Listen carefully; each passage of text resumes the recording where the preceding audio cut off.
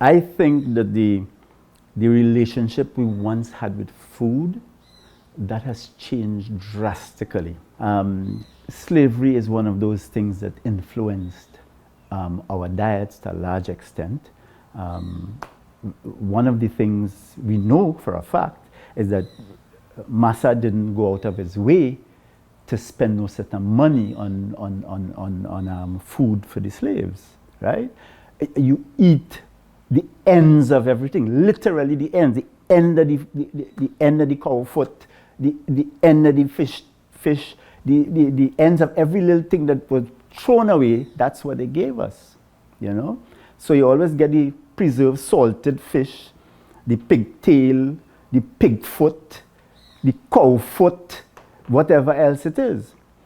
But because of our, they always say necessity is the mother of invention. When you get these things and it's dry and it's hard and it's miserable looking, and you know to yourself, as some slaves did, where they came from, that they wouldn't eat that mess, right? But that's what you had to eat. So what you had to do is you had to find a way to deal with it. And we found a way to deal with it. We have some, the whole cooking force that influenced nutrition during slavery. For slaves, it was fantastic. Loving people. You have to love people. You can't be cooking in the kitchen and hate anyone. You can't be hating people. You can't have bad vibes. Food is a spiritual thing. It picks up from your energies. If you're in the kitchen and you're giving people food and you're minging and you want to give them a little bit and you're using false ingredients, it's going to affect your cooking. Food is more than just vitamins and proteins and minerals. Food is a very, very spiritual thing. You give children bad food to eat, they're not going to grow up well. But you give them nourishment direct from the earth. You dig it out, the yam, the dasheen, the cassava, the potatoes, whatever it is, you know, you pick it from your garden and you come in your kitchen, you cook it with love and you pass it on to your children and you feed them. It is about feeding your child spiritually and physically, right? What we have now is a stopgap measure. You have workers who just go in a assembly line and they assemble food. Food is not to be assembled. You don't assemble food. How dare you? Food has to be put together. It has to be put together with love and attention. And when you blend the spices and all the textures and the flavors and you put it on a plate or in a calabash or whatever, a leaf or whatever it is you decide you want to serve it on, when you put it before the person, it is an act of honor. You are honoring the person you offer food to.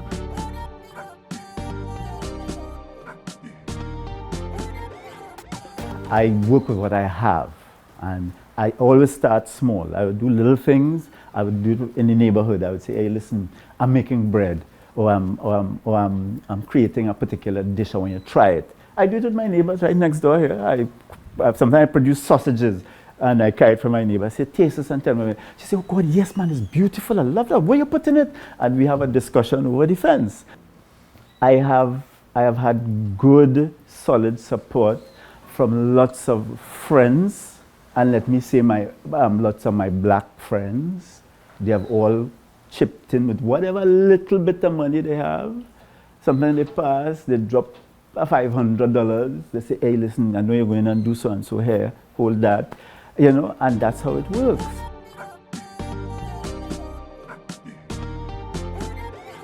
It's strange to talk about recreation when you're locked down, but you have to. In the sense that when you're locked down, and especially if you're locked down with your children or your family and you're inside, what you're going to feed them. All the places, all the restaurants shut. You couldn't go to buy nothing from them. They could not deliver no food. It hadn't reached that stage yet, right? So suddenly people now walked out into the yards and started to dig up the old dasheen that was growing in the back. They realized, oh shucks, maybe I need to grow something because I don't know where I'm getting the next meal from.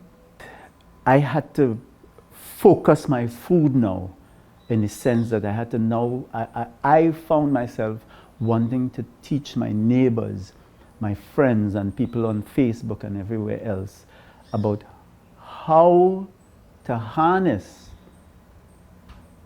the resources you have in your yard.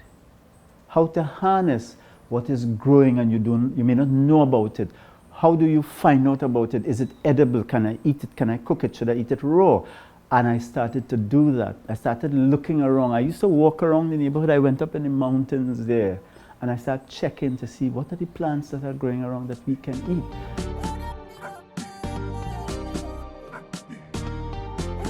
Networking is a food susu. That's what it is. They bring bananas, this one bring this one bring 2 chicken. It's a food susu. And we produce. And let me tell you, this is what black people need to do in this country. Stop going to anybody else and begging them. Get together and just do what you have to do. And I mean, not illegally, but do what you need to do. Help each other, right? If it is that in my yard I have plenty shadow benny and basil, and you cooking something, I will gather and I'll bring and say, here, use that. Because I know at the end of the day when you finish, I'm not giving you it because of that, but I know somewhere along the way you're going to bring back some food and say, hey, Che, have a lunch.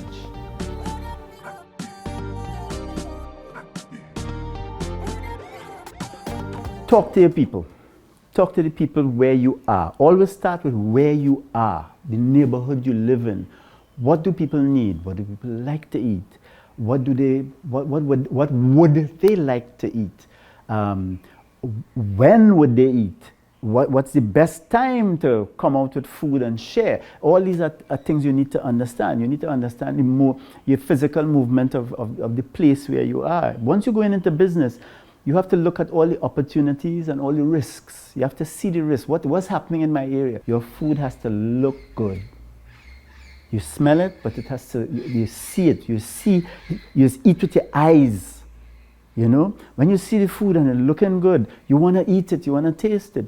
So those are the things you need to do. You need to start doing a little research. If you're going to go into business, you must research the place you're going to do the business in, right? After you research that, you have to decide, okay, what's the food that is going to sell here? What's the thing that people love? What they love to eat?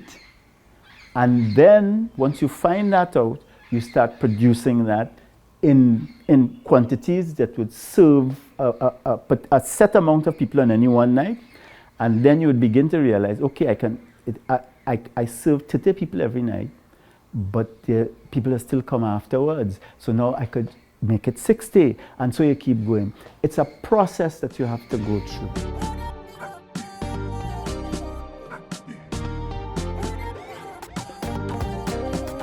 One of the things I would like to do as part of a dream is to have an African food festival. Of course, dealing with our own right here, what developed here among African peoples, but also anybody else from outside. And once you have that background and you bring in the food that speaks to the issue, bring it and present it. And eventually I would like it to end up being a Caribbean event.